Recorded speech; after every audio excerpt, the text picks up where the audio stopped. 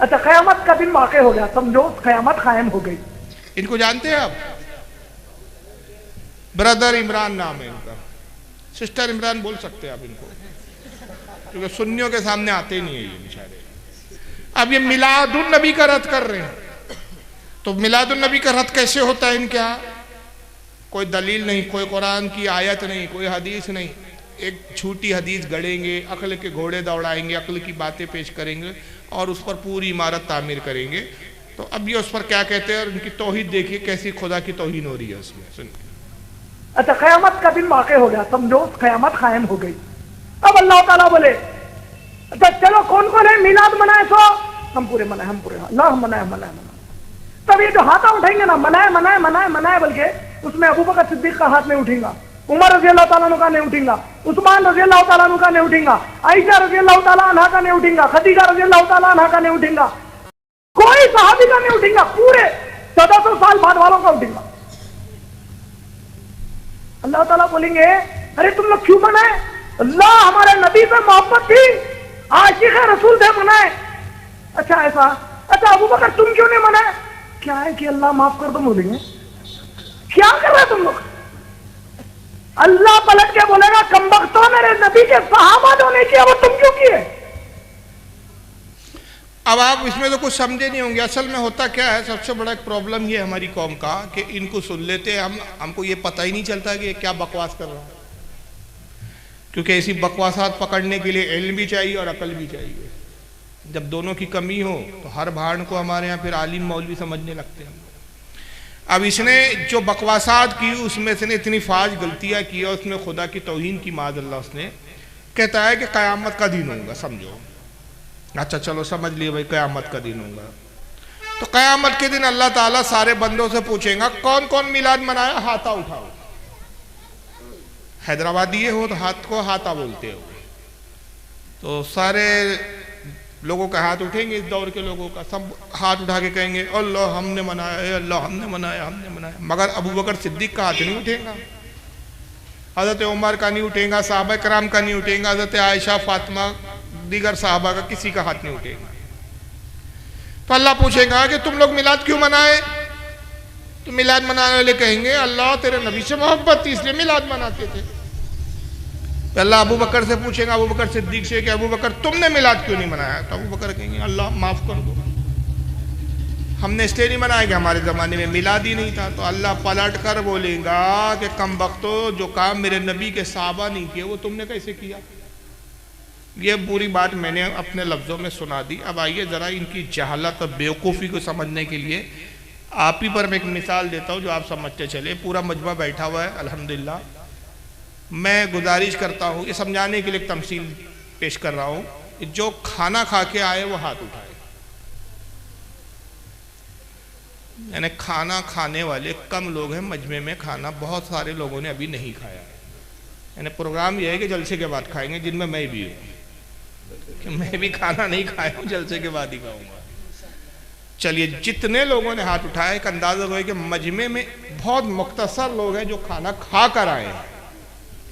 अब जिन्होंने खाना खाने के वक्त हाथ उठाया वो उनमें से वो लोग हाथ उठाए जो गोश्त खा कर आए, सब्जी नहीं खाया जिन्होंने। अब तो बहुत कम हाथ है, यानी गोश्त खाने वाले आज बहुत कम लोग हैं। अब आप कहेंगे फारूक साहब ये हाथ उठाने का क्या मतलब है? ये हाथ उठाने से आपको मैं ये समझाना चाह रहा हूं कि मुझे इल्म गैब नहीं, मैं छुपी बातों को नहीं जानता, दिलों के हाल नहीं जानता, छुपे हुए हालात से वाकिफ नहीं। ये मजमा बैठा है, मैंने जानना चाहा कितने लोग खा कर आए, मैंने कहा हाथ उठाओ, हाथ उठे तो पता चला इतने लोग खा कर आए। मैंने कहा कितने लोग हैं इनमें से जो गोश्त खा कर आए, हाथ उठा तो पता चला इतने लोग गोश्त खा के आए। और ये जाहिल कहता है, अल्लाह कहेगा जो मिलाद मना कर आए हाथ उठाओ, तो अल्लाह को पता नहीं कौन मिलाद मना के आया, हाथ उठेंगे तो पता चलेगा। ये ऐसे ऐसे बड़े जाहिल तबके में बैठे हैं जो अल्लामतुद दहर बने बैठे, कोट टाई पहन के आ रहे हैं। हमारे लोग यार इस्लामिक स्कॉलर है, कोट टाई। तो इनके अकीदे के मुताबिक तो अल्लाह को ही पता नहीं भाई कि कौन मिलाद मना कर आया है। हाथ उठाओ, हाथ उठेंगे तो पता चल रहा है अल्लाह को कि कौन मिलाद मना के आ रहा है, कौन मिलाद मना के नहीं आया। फिर अबू बकर सिद्दीक का हाथ नहीं उठेगा तो अल्लाह पूछेगा अबू बकर क्यों हाथ नहीं उठाया? तो अबू बकर कहेंगे माफ कर दे अल्लाह, हमारे ज़माने में मिलाद ली थी। तो मौलवी साहब, अव्वल तो इस तरह की कोई हदीस नहीं है कि जिस तरह ये बता रहे इस तरह का कोई वाक़या हो। थोड़ी देर के लिए अगर मान भी ले आप कि बिल फर्ज मुहाल ऐसा हुआ भी, तो अबू बकर का हाथ इसलिए नहीं उठा कि अबू बकर के ज़माने में मिलाद नहीं थी, आप ये बताना चाह रहे हो। तो ये भी तो हो सकता है कि अल्लाह ताला कहे बकौल तुम्हारे, हमारा ये अकीदा नहीं है, मैं इससे बेजार हूँ, इससे बारात का इज़हार करता हूँ, सिर्फ जवाबी अल जवाब, और जवाब देने के लिए मैं तुम्हारे ही लबो लहजे में और तुम्हारे ही अंदाज में तुम्हारे ही अकीदे के मुताबिक ही कह रहा हूँ कि ये भी तो हो सकता है ना जनाब इस मंतिक से कि अल्लाह ताला कहे जो तबलीगी जमात में गया हाथ उठाओ, तो सारे तबलीगियों के हाथ उठेंगे। अल्लाह हम गए, कितने चिल्ले किए? अल्लाह 4 चिल्ले हमने किए, 2 चिल्ले हमने किए, 5 चिल्ले हमने किए। अबू बकर सिद्दीक का हाथ नहीं उठेगा, उमर फारूक का नहीं उठेगा, उस्मान गनी हजरत अली का हाथ नहीं उठाएगा। अल्लाह फरमाएगा क्या हुआ अबू बकर तुमने क्यों हाथ नहीं उठाया? अल्लाह माफ कर दे, क्या करे तबलीगी जमात हमारे दौर में थी कि नहीं, होती तो 2-4 चिल्ले हम भी लगाते। कौन कौन बुखारी पढ़ता था? बुखारी पढ़ने वाले हाथ उठाओ। अल्लाह हमने बुखारी पढ़ी, सारे अहले हदीस गैर मुकल्लिदों के हाथ उठे, अल्लाह हमने पढ़ा बुखारी, हमने पढ़ा। अबू बकर का हाथ नहीं उठेगा, उमर फारूक का हाथ नहीं उठेगा, उस्मान गनी का हाथ उठेगा। क्या हुआ तुमने बुखारी नहीं पढ़ी? क्या करे अल्लाह हमारे दौर में लिखी नहीं गई थी। बेशक हक फरमाया। तो इस तरह के जाहलाना दलाइल से बात नहीं होती। बेशक तो जिनको अभी खुद खुदा की तौहीद का अकीदा ना पता हो, बेशक, तो ये जो फिरके बटे ये फिरकों में हो गए। हमारे उलमा ने इनको फिरका करार दिया कि ये अहले सुन्नत जो थे, जो सुन्नत पर चलने वाले, नबी की सुन्नत पर अमल करने वाले, नबी की सुन्नत को मानने वाले, नबी की सुन्नत से मोहब्बत करने वाले, हम अहले सुन्नत व जमात है। अब जो हमसे निकले, जो हटे, कोई अहले हदीस बन गया, कोई देवबंदी बन गया, ये जितने हटे इनकी हटने की बुनियाद क्या थी? हमारे कोई जाती दुनियावी झगड़े नहीं थे, मजहबी इख्तलाफ। तो और मजहबी है कि इन्होंने इस्लाम के अकीदे के खिलाफ बकवासात, और बकवासात को दिखाने के लिए बहुत वक्त चाहिए। लेकिन आइए, इत्तेहाद के जो इस वक्त सबसे बड़े दिलदादा है, वो जब इत्तेहाद की खुद दावत देते हैं तो बड़ी अजीब व गरीब अंदाज में दावत देते हैं। चुनांचे इन साहब को सुनिए, ये बड़े मशहूर और मारूफ है, जो इस वक्त इत्तेहाद के सबसे बड़े दाई बने बैठे हुए हैं। सुनिए। मैं तुम्हें अल्लाह उसके रसूल का वास्ता देता, उम्मत बन के रहो, मुस्लिम बन के रहो, कोई गुंजाइश नहीं, अपने अपने अकीदे पर पक्के रहो, दूसरे के लिए गुंजाइश रखो, अपने अपने अकीदे पर पक्के रहो, दूसरे के लिए गुंजाइश रखो, अपने अपने अकीदे पे पक्के रहो। अब एक का अकीदा है कुरान डुप्लीकेट है, कोई प्रॉब्लम नहीं, अपने अकीदे पे पक्के रहो, मगर एक दूसरे के लिए गुंजाइश रखो। कितने इत्तेहाद के दिलदादा है। कल इनकी बीवी को कोई छेड़ लेना, कोई प्रॉब्लम नहीं, छेड़ लो, लेकिन एक दूसरे के लिए गुंजाइश रखो। कल इनकी बेटी के साथ कोई गंदा काम करे, कोई प्रॉब्लम नहीं, एक दूसरे के लिए गुंजाइश रखो। बर्दाश्त कर लेंगे। सारी गुंजाइश मजहब के मामले में, सारा इत्तेहाद मजहब के मामले में। प्रॉपर्टी का झगड़ा हो जाए, मुकदमे चलेंगे, कोर्ट कचहरी, सालों कोर्ट कचहरी के चक्कर काट लेंगे। 1 इंच जमीन के लिए झगड़ा हो जाए, 1 बालिश जमीन के लिए झगड़ा हो जाए, तो नस्ल दर नस्ल दुश्मनियां पालेंगे। मगर मजहब का जैसी मामला आ गया, नहीं, किसी को बुरा नहीं कहना चाहिए, एक दूसरे के लिए गुंजाइश रखो, इखलाक और मोहब्बत की बात करो, बंटवारे की बात मत करो। मजहब में इत्तेहाद चाहिए इनको, दुनिया के मामले में इत्तेहाद नहीं करेंगे। अपने अपने अकीदे पे पक्के रहो, एक दूसरे के लिए गुंजाइश रखो। ये बोली क्या मुसलमान की है, इस्लाम की है, किसकी बोली है? थोड़ी सी तारीख के पीछे मैं ले जाना चाहता हूं। बारहा ये वाक़या आपने सुना होगा कि जब मक्का में नबी करीम सल्लल्लाहु अलैहि वसल्लम ने तबलीग करना शुरू किया, मुशरिकीन से कहा कि जो तुम्हारे माबूद है ये बेबस है, इनकी बेबसी का ये आलम है। कुरान की आयत नाजिल होती थी, आका उन आयतों को सुनाते थे जिसमें उन माबूदान बातिल की मजम्मतें थी। मजम्मत क्या होती है? उन बुतों की बुराई बयान की गई थी। किसी में अल्लाह ने फरमाया कि जिनको तुम पुकारते हो, जिनकी तुम इबादत करते हो, ये इतने बेबस है कि एक मक्खी पैदा नहीं कर सकते। बेशक हक फरमाया। ये तुम्हारी पुकारों को सुनते नहीं है, ये खुद आप अपनी मदद नहीं कर सकते, तुम्हारी क्या मदद करेंगे? ये सिर्फ पत्थर है, बेजान पत्थर है। मुशरिकीन उनको खुदा मानते थे, उनको बुरा लगता था कि हमारे माबूदों के बारे में, हमारे खुदाओं के बारे में मोहम्मद और मोहम्मद का हम ये कहते हैं। और उन्होंने एक मीटिंग की, मीटिंग के बाद कुछ तय किया और अबू तालिब हुजूर के चचा के पास आए। कहा, अबू तालिब, मोहम्मद हमारे बुतों को बुरा भला कहता है, हमने आपस में तय किया है कि आप मोहम्मद को समझाए कि हमारे माबूदों को बुरा भला ना कहे। अगर मोहम्मद दौलतमंद बनना चाहता है, हम इतनी दौलत देने के लिए तैयार है कि मक्का में मोहम्मद से बढ़कर कोई अमीर नहीं होगा। मोहम्मद अगर हमारा बादशाह बनना चाहता है, हम मोहम्मद को बादशाह तस्लीम करने के लिए तैयार है। अगर मोहम्मद को निकाह की ख्वाहिश है, मोहम्मद मक्का की जिस हसीन और जमील खूबसूरत लड़की की तरफ इशारा कर दे, उस लड़की से मोहम्मद का निकाह कर देंगे। बस ये चाहते हैं कि मोहम्मद हमारे माबूदों को बुरा ना कहे। अबू तालिब गए रसूलुल्लाह के पास, कहा कि भतीजे मुझ पर रहम करो, आज मुशरिकीन आए और ये मुतालबा किया, क्यों उनके माबूदों को बुरा भला कहते हो, क्यों उनके माबूदों का जो है तुम मजाक उड़ाते हो, आप तुम कंप्रोमाइज क्यों नहीं कर लेते कि तुम उनके माबूदों को बुरा भला कहना छोड़ दो। उस वक्त आका ने क्या कहा था, मशहूर वाक़या 12 सुनो। आका ने कहा, अगर ऐ चचा ये एक हाथ में सूरज लाकर रख दे, एक हाथ में चांद लाकर रख दे, खुदा की कसम में अल्लाह का पैगाम सुनाने से बाज नहीं आऊंगा। तो कंप्रोमाइज कर लो, एक दूसरे के लिए गुंजाइश रखो। ये बोली किसकी थी? ये मुसलमानों की बोली नहीं थी, ये पैगंबर की बोली नहीं थी, ये मुशरिकीन की बोली थी। अफसोस की बात है कि आज जो मुशरिकीन की बोली बोल रहा है वो हमारे नजदीक आलिम और फाजिल, वो इत्तेहाद का दिलदादा है। हम कहते हैं इत्तेहाद ईमान की बुनियाद पर ही हो सकता है, कुफ्र और ईमान कभी एक नहीं हो सकते। जिस तरह रात और दिन एक नहीं हो सकते, जिस तरह जहन्नम और दोज़ख एक नहीं हो सकते, उसी तरह कुफ्र और ईमान एक नहीं हो सकते। और तारिक जमील साहब जो कह रहे हैं कि अपने अपने अकीदे पर पक्के रहो, एक दूसरे के लिए गुंजाइश रखो, मैं तारिक जमील की इस बात को कबूल करने के लिए तैयार हूं। बल्कि अगर वो सिर्फ एक मुतालबा मेरा पूरा कर दे तो मैं उनका मुबल्लिग बन के उस बात की तबलीग करना शुरू कर दूं। छोटा सा मुतालबा, तारिक जमील साहब तक ना आवाज़ पहुंचे, हालांकि जाती है नेट पर 50 बार मैं चैलेंज कर चुका हूँ। उनका कोई चाहने वाला यहाँ इलाहाबाद में वो जवाब दे दे कि भाई हम जवाब देने के लिए तैयार हैं। मुतालबा सिर्फ यह है कि आपने जो कहा, एक दूसरे के लिए गुंजाइश रखो, अपने अपने अकीदे में कायम रहो। इस लबो लहजे की, इस उसूल की, इस अकीदे की, इस नजरिए की तायीद में कुरान की सिर्फ एक आयत आप हमको सुना दो।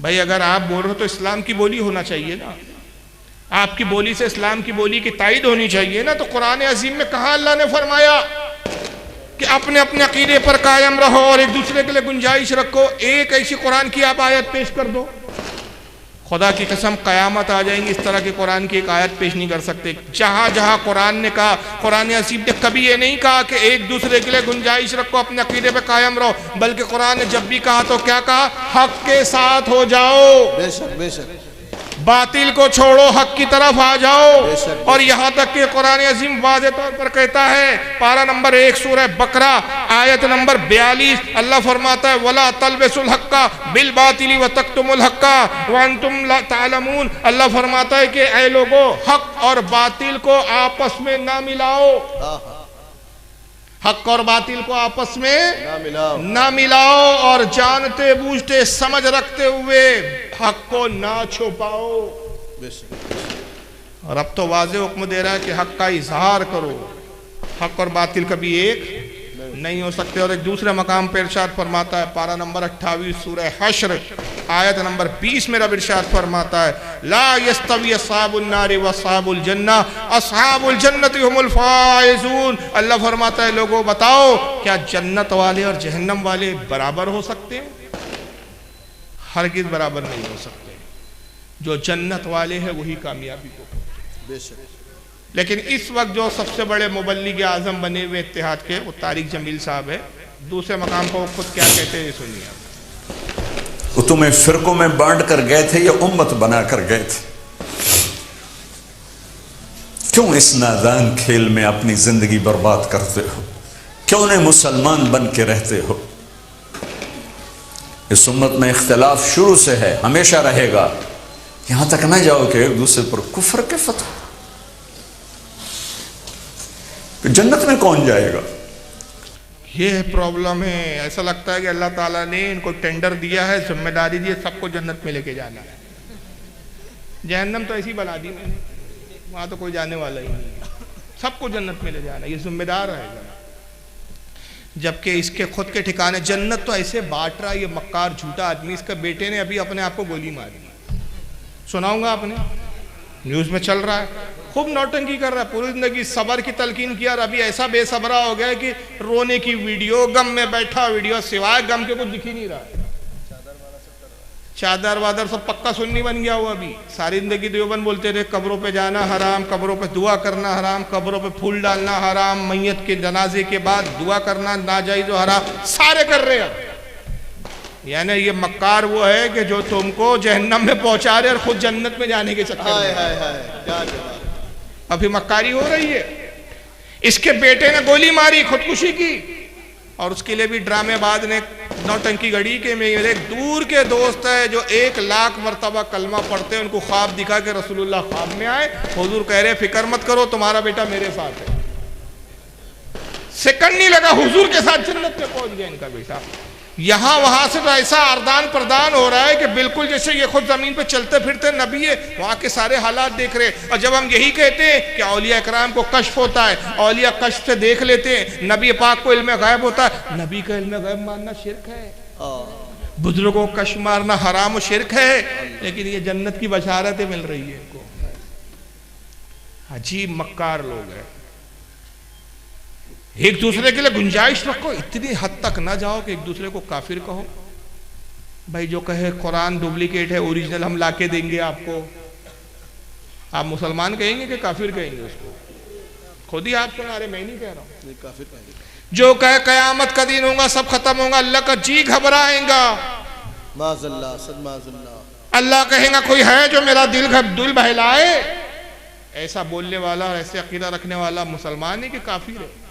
गुंजाइश रखिए। आप क्यों काफिर बोल रहे हो भाई? तारिक जमील की बात पे अमल कीजिए, गुंजाइश रखिए। जो ये कहे नौज़ुबिल्लाह मिन ज़ालिक कि अली अल्लाह में था और अल्लाह अली में था, अस्तग़फिरुल्लाह, वो अली को ढूंढ रहा था, अली अल्लाह को ढूंढ रहा था, बस ऐसी गुजर रही थी। तारिक जमील के बकौल इतनी हद तक ना जाओ यार कि किसी को काफिर बोल दो, वरना काफिर बोल बोल के इस्लाम से खारिज कर दोगे। जन्नत में कौन जाएगा? जन्नत खाली खाली हो जाएंगी। मौलवी जी आपको फिक्र करने की जरूरत नहीं है, मेरे आका ने बता दिया जन्नत में कौन जाएगा। तिरमिज़ी शरीफ की हदीस है, 18 सहाबा इकराम ने इस हदीस को नकल किया और कई किताबों में, तकरीबन 344 किताबों में रिवायत मौजूद है मेरी मालूमात के मुताबिक कि अल्लाह के नबी फरमाते हैं इन्ना बनी इसराइला तफर्रकत अला सिंतैनी व सबईना मिल्ला, फरमाया लोगों कौम बनी इसराइल में मूसा की कौम में इख्तिलाफ हुआ, ईसा अलैहिस्सलाम की कौम में इख्तिलाफ हुआ, ये आपस में फिरकों में बटे और ये 72 फिरकों में बट गए। व तफ्तरिकु उम्मती अला सलासीन व सबईना मिल्ला, और मेरी उम्मत में भी इख्तिलाफ होगा तो मेरी उम्मत 73 फिरकों में बट जाएंगी। अल्लाह के रसूल सल्लल्लाहु अलैहि वसल्लम ने जब ये फरमाया, फिर आगे फरमाया कुल्लुम फिन्नार, सब के सब जहन्नम में जाएंगे। कौन कह रहा है? मेरे आका इरशाद, जहन्नम में कौन जाएगा? जिसका अकीदा अल्लाह रसूल के मुताबिक नहीं होगा, बेशक बेशक, जो काफिर होगा, जो कुफ्र करेगा।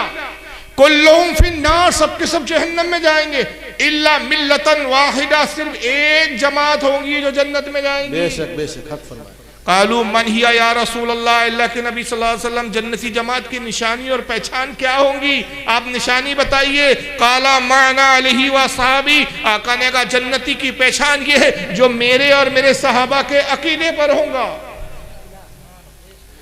कुरान ये डुप्लीकेट है, सहाबा का अकीदा है, ये सहाबा का अकीदा है नऊज़ुबिल्लाह मिन ज़ालिक कि अल्लाह को इल्म गायब ही नहीं। अल्लाह पूछेगा हाथ उठाओ कौन कौन मिलाद बना, क्या ये अकीदे इस्लाम के अकीदे है? हरगिज़ नहीं है। अब तारिक जमील की मुनाफिकत देखिए यहाँ पर। अब मैं इसका 2 वीडियो के मुकाबले में 2 वीडियो आपको दिखाता हूँ इसकी मुनाफिकत। एक तरफ ये क्या कह रहे, एक दूसरे के लिए गुंजाइश रखो, अपने अपने अकीदे पर कायम रहो। क्या खुद इस जुमले, इस बात पर तारिक जमील कायम नहीं है? जब कोई सुन्नी इनकी जमात में आता है तो आज तक इन्होंने ऐसा किया कि भाई आप हमारी जमात में आके देवबंदी क्यों बन रहे हो, क्यों आप देवबंदी बन रहे हैं? आप अपने अकीदे बरेली वाले रहिए, उस पर कायम रहिए, एक दूसरे के लिए गुंजाइश है। अगर आप लोगों के अकीदे कन्वर्ट नहीं कर रहे हैं, लोगों के अकीदे नहीं बिगाड़ रहे हैं, तो फिर जमातें क्यों चल रही है आपकी? और इस मौके पे एक बात मैं अर्ज़ करना चाहता हूँ, हमारे बहुत सारे भोले भाले लोग कहते हैं यार देखो हालात इतने नाजुक है, ये सब बोलने की ज़रूरत नहीं है, सब मत बोलिए आप। ये खुद आते कमीने और कहते अरे साहब क्या वहाबी सुन्नी लगा रखे, क्या शिया सुन्नी लगा के रखे हैं, मुसलमान देख रहे नहीं फ़िलिस्तीन में क्या हो रहा है। ऐसा मालूम हो रहा है जैसे फ़िलिस्तीन में यही जाके लड़ने वाला है, पूरा टेंशन इसी के ऊपर है। मक्कारी करते हो यार। अच्छा तुम्हें फ़िलिस्तीन का हालात की खबर है, तुमको परेशानी है, हिंदुस्तान के मुसलमानों की तकलीफ है, आपने अपने मराकिज़ बंद कर दिए, आपने अपनी तबलीगी जमात के काफिले बंद कर दिए, क्या आपकी जमातों ने सफर करना बंद कर दिया, क्या आपने ये कहकर अपने मरकज को ताले लगा दिया फ़िलिस्तीन के हालात खराब है हम मरकज बंद करते हैं, कोई तबलीग नहीं, अभी कुछ नहीं करना है, चुप बैठे रहो यार। तुम लोगों में अपनी बदअकीदगी फैलाने के लिए मुसलसल सफ़र करते हो, मुसलसल काफिलों में जाते हो, लेकिन जैसी सुन्नी तुमको रोकने के लिए कुछ जद्दोजहद करता है तो फिर कुछ एजेंट, कुछ दोगले छोड़े जाते हैं। अरे यार हालात कितने ख़राब है, क्यों किसी के बारे में बोलते हो? इसी को कहते हैं मुनाफिकत।